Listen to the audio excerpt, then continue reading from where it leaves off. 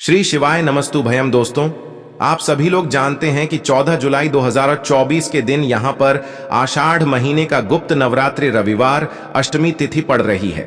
इसीलिए दोस्तों, इस दिन का महत्व बहुत ही ज्यादा बड़ा होता है और इस दिन आप लोगों को 7 चने की दाल वाला उपाय जरूर करना चाहिए, जो कि पंडित जी ने अपनी अभी की ही कथा में यहां पर बताया हुआ है।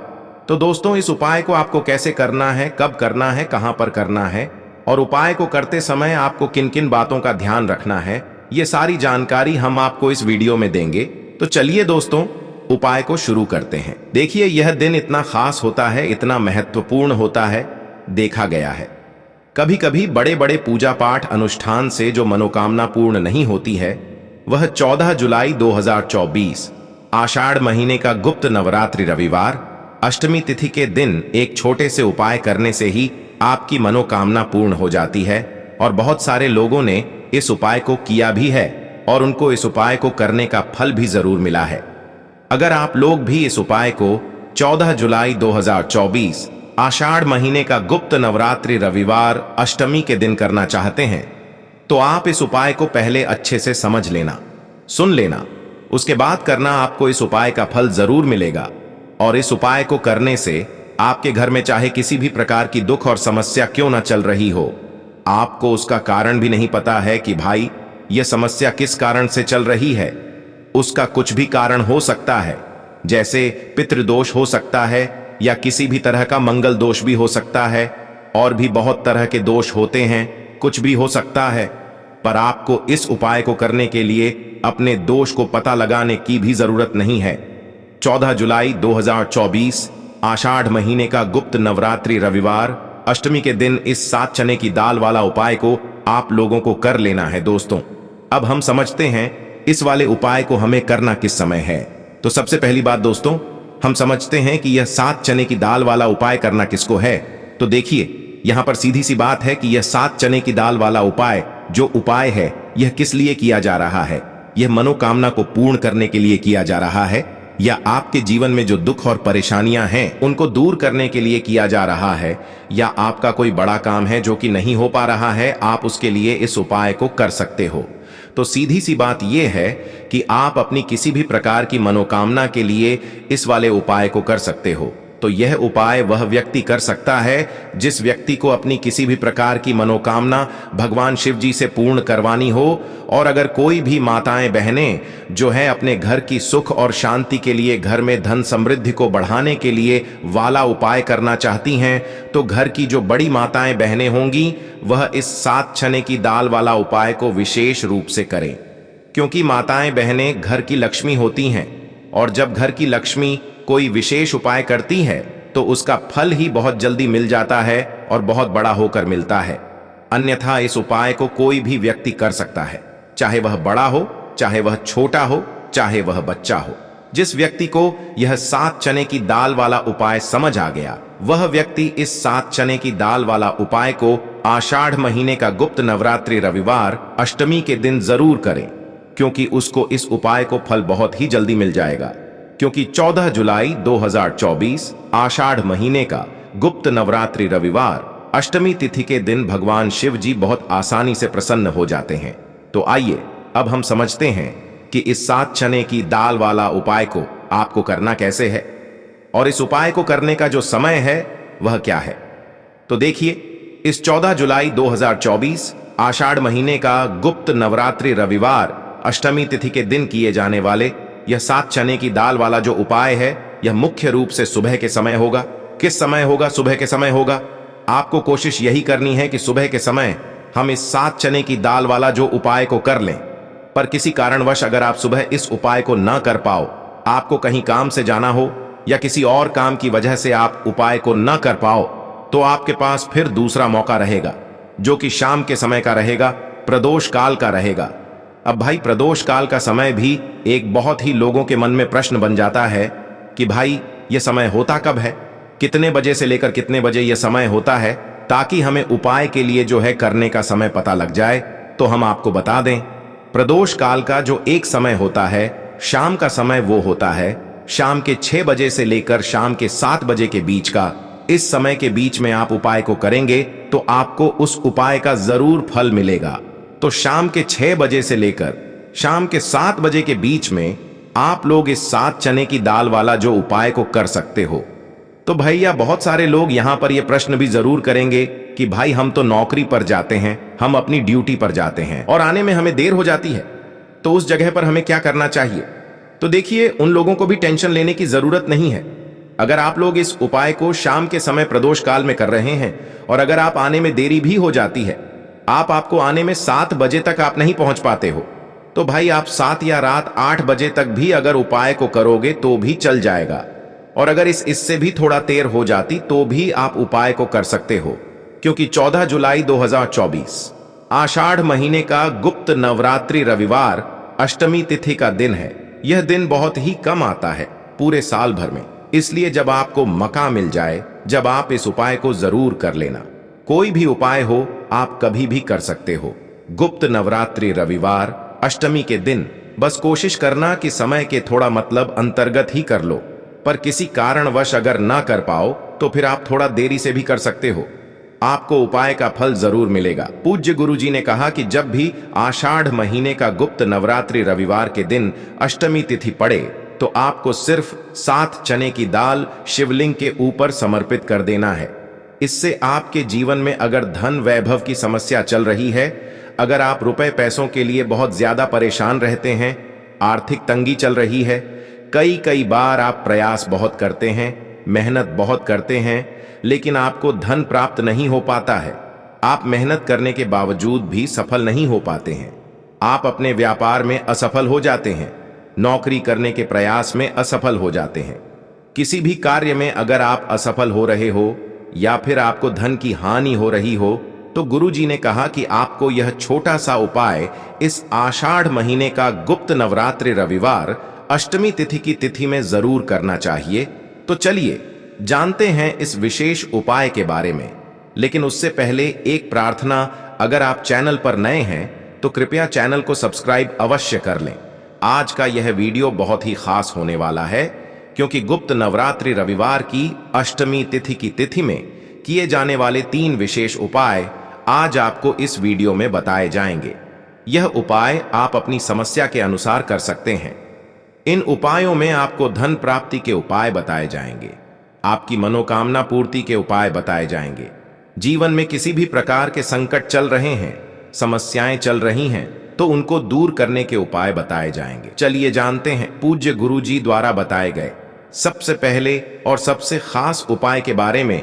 इस उपाय के लिए आपको सबसे पहले जरूरत पड़ेगी एक लोटे जल की। लोटा आप तांबे का ले लीजिएगा और जल आपको अपने किचन से लेना है। फिर इसी के साथ आपको सिर्फ 1 या 2 गुड़ के टुकड़े ले लेने हैं, छोटे छोटे गुड़ के टुकड़े आप ले लीजिएगा। फिर सबसे आखिर में आपको ले लेना है 5 या फिर 7 या फिर 11 या फिर 21 चने की दाल। जितनी भी आप चने की दाल ले सकते हैं उतनी आपको ले लेनी है। देखिए 3 सामग्री लेकर आपको शिवालय पहुंच जाना है। इस उपाय को अगर आप शाम को प्रदोष काल के समय में करेंगे तो आपके लिए सर्वोत्तम रहेगा, लेकिन बहुत से ऐसे लोग होते हैं जो दोष काल के समय इस उपाय को नहीं कर पाते हैं, तो फिर आप पूरे दिन में किसी भी समय इस उपाय को कर सकते हैं। देखिए, शिवालय पहुंचने के बाद आप एक कोशिश करिएगा कि आप दक्षिण दिशा में बैठ जाइए और उत्तर दिशा की तरफ अपना फेस कर लीजिए। लेकिन अगर शिवालय में भीड़ है तो ऐसी स्थिति में गुरुजी कहते हैं कि आप किसी भी दिशा में बैठकर शिवलिंग की पूजा प्रार्थना कर सकते हैं। अब देखिए, आप जो गुड़ के टुकड़े लेकर आए हैं उनको इसी एक लोटे जल में डाल लीजिए और ओम नमः शिवाय मंत्र का स्मरण कर लीजिए। यह कार्य आपको शिवलिंग के सामने ही करना है। फिर इसके बाद आप जितनी भी चने की दाल लेकर आए हैं उनके ऊपर इस जल से थोड़ा सा जल डाल लीजिए, जिससे आपकी ये चने की दाल गीली हो जाए, थोड़ी सी गीली हो जाएंगी। अब आपको चने की दाल ये अपनी हथेली में रखनी है और महादेव से प्रार्थना करनी है। लेकिन कौन से महादेव से? बृहस्पति शवर महादेव से आपको प्रार्थना करनी है कि मेरे जीवन में धन प्राप्ति से संबंधित बहुत ज्यादा समस्याएं चल रही हैं, व्यापार अच्छे से नहीं चल रहा है, नौक में कोई ना कोई बाधा आ जाती है। जिस भी प्रकार की आपकी मनोकामना हो उस मनोकामना का स्मरण करिए, बृहस्पति ईश्वर महादेव से उस कामना को पूर्ण करने की प्रार्थना करिए और फिर यह चने की दाल आपको शिवलिंग के ऊपर समर्पित कर देनी है। जितनी भी चने की दाल आप लेकर आए हैं उनको एक साथ शिवलिंग के ऊपर समर्पित कर दीजिए। अब देखिए, यह दाल समर्पित करने के बाद आप जो एक लोटा जल लेकर आए हैं जिसमें आपने गुड़ के टुकड़े मिलाए हैं, उस जल से आप थोड़ा जल सबसे पहले श्री गणेश जी वाले स्थान में समर्पित कर दीजिए। फिर थोड़ा सा जल आप श्री कार्तिकेय जी वाले स्थान में समर्पित कर दीजिए। फिर थोड़ा सा जल माता अशोक सुंदरी वाले स्थान में समर्पित कर दीजिए और फिर थोड़ा सा जल माता पार्वती के हस्त कमल में समर्पित करते हुए आपको बाकी बचा हुआ पूरा जल शिवलिंग के ऊपर समर्पित करते जाना है और लगातार ओम नमः शिवाय या फिर शिव महापुराण के मूल मंत्र श्री शिवाय नमस्तुभ्यम, इन दोनों में से किसी भी एक मंत्र का लगातार स्मरण करते जाना है। पूज्य गुरु जी ने कहा कि जल आपको बिल्कुल धीरे धीरे समर्पित करना है और समर्पित करते हुए ध्यान रखिएगा कि इस जल के छींटे आपके पैरों के ऊपर ना लगे।